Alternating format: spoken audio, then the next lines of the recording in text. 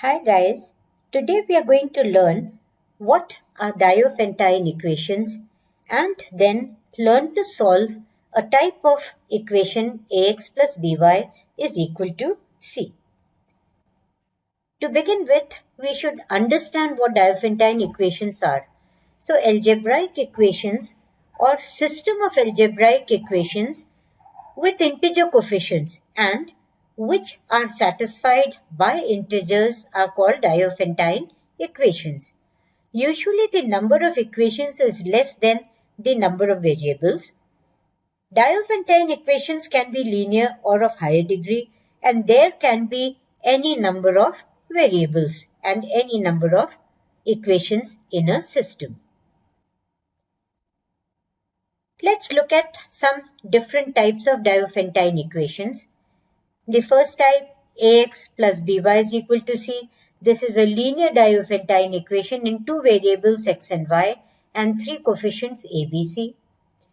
The second equation is a single equation, a linear Diophantine equation in three variables x, y, and z, and the coefficients here are a, b, c, d. The third example is an example of system of linear Diophantine equations in three variables. You can see there are two equations and there are three unknowns x, y, and z. Rest of them a1, b1, c1, d1, a2, b2, c2, d2, they are all coefficients.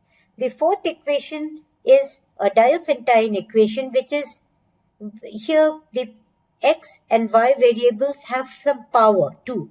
So this type of equation is called a quadratic Diophantine equation. The first equation, as we saw, was a linear Diophantine equation. It was a single equation in two unknowns. Second equation was a linear Diophantine equation in three unknown variables. That was also a single equation. The third example was linear system of Diophantine equations. There were three variables and two equations were there. Fourth equation was a quadratic Diophantine equation. Let's see how do we solve equation of the type ax plus by is equal to c. A linear Diophantine equation in two unknowns, x and y. To begin with, we will first check whether such an equation ax plus by is equal to c has a solution or not. If it does not have a solution, there is no point in solving it. So how do we check whether such an equation has a solution or not? Here we numbered the equation as 1. We will find the GCD of the coefficients of x and y. Here they are a and b. We'll find the GCD of a and b and see that the GCD divides the right hand side or not. If the GCD of a and b divides c, then the solution exists. And if it exists, then there are infinite solutions of such an equation. The integer pair xy which satisfies this equation is called the solution. When both x and y are integers, such a solution is called a lattice point. If x0, y0 is one of the solutions of this equation, then the general solution is given by x and y. We have x is x0 plus b by dt and y is equal to y0 minus a by dt, where d is nothing but the GCD of AB and t takes values 0, plus minus 1, plus minus 2. This is what gives us the different values of t gives us infinite solutions x and y.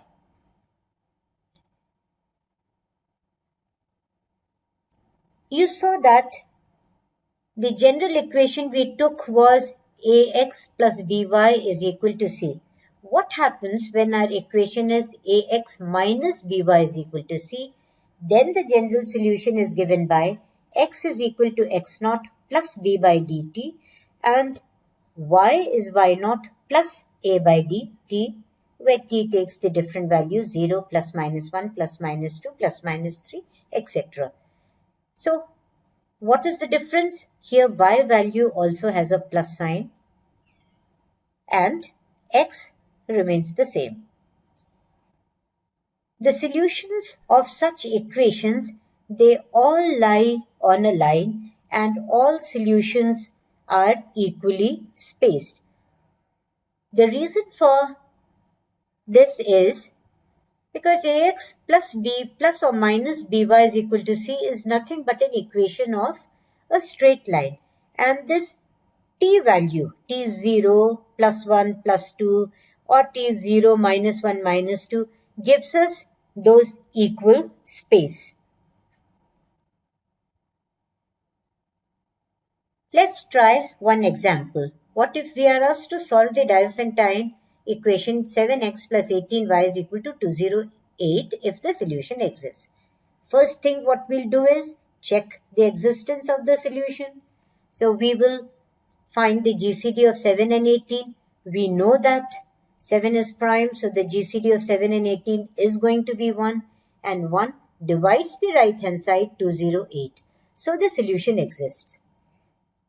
To find the solution, we use Euclidean algorithm.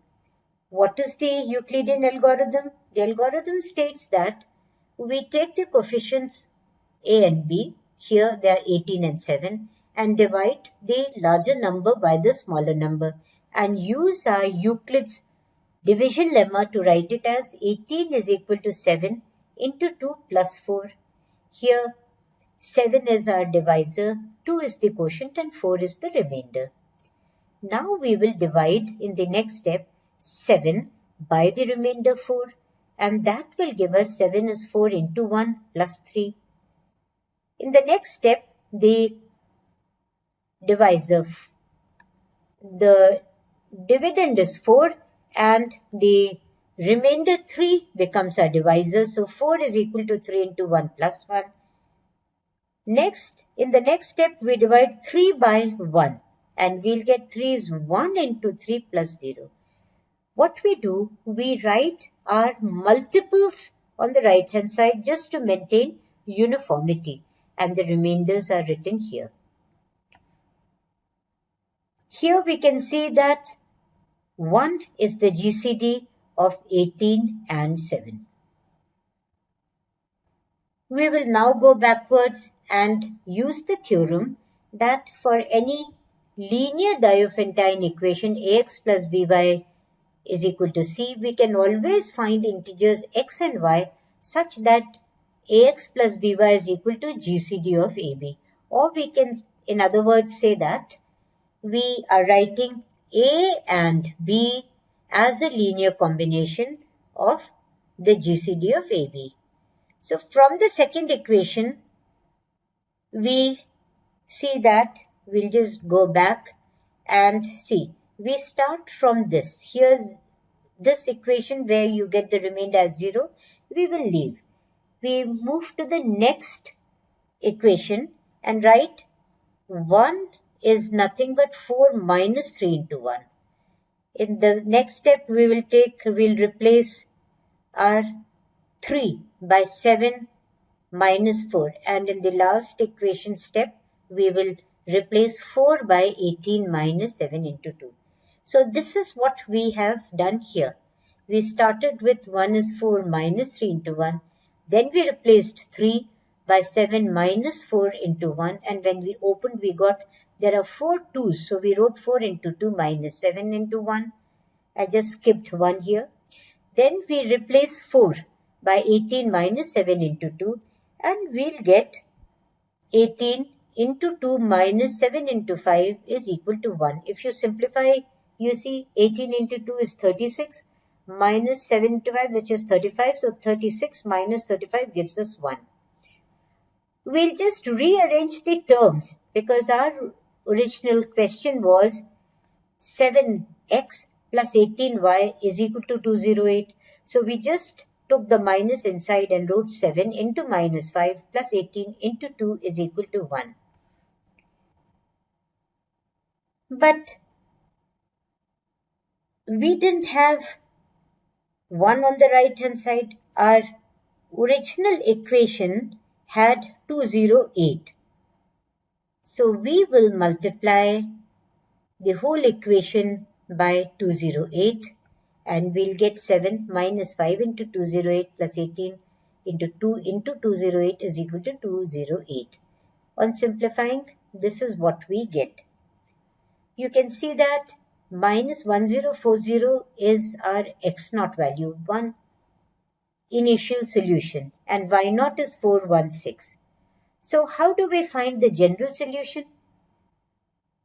We will substitute x naught as minus 1040 in the formula, and we know that b is 18, so we have b.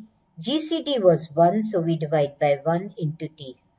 It is minus 1040 plus 18t.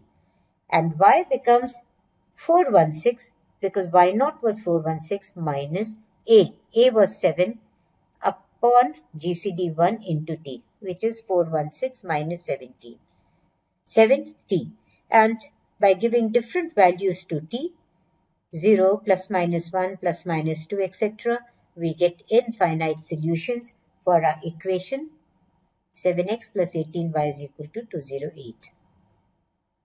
Let's say now we want to solve 13x minus 26y is equal to 39 if the solution of such an equation exists. We know that the GCD of 13 and 26 is 13, and 13 divides the right hand side, so the solution exists. We use Euclidean algorithm, but we see that when we divide the bigger number 26 by 13, we get 26 is 13 into 2 plus 0. So there is no point in using the Euclidean algorithm, because then here x naught value is 2, but y naught is 0. So we are only getting our x value. Let's write 13 into minus 1 minus 26 into minus 1. You can see that 26 minus 13 will give us 13, which is the GCD. So we have been able to rearrange the terms. You can do that. You can see that are there some values of x and y such that we can write 13 and 26 as a linear combination and equate it to the GCD? If we can do that, we will write it in that form. In our case, the right hand side was 39. So if I multiply by 3 all over, our solution will be 13 into minus 3 minus 26 into minus 3 is equal to 39. Just compare this equation to our original question. What we have inside are nothing but the initial values x naught, y naught, minus 3 and minus 3. And the general solution from the formula is x is minus 3 plus 26 upon the GCD into t, which is minus 3 plus 2t. Y is minus 3 plus 13 upon the GCD into t, which is minus 3 plus t. So this is the general formula, where t value is 0 plus minus 1 plus minus 2, etc. You can try by giving different values to t. Let's take 0, minus 1 and 1. The different solutions which we get are minus 3, minus 3, minus 5, minus 4, minus 1, minus 2. They all will satisfy the original equation, and we see that these are infinite solutions. Thank you for watching.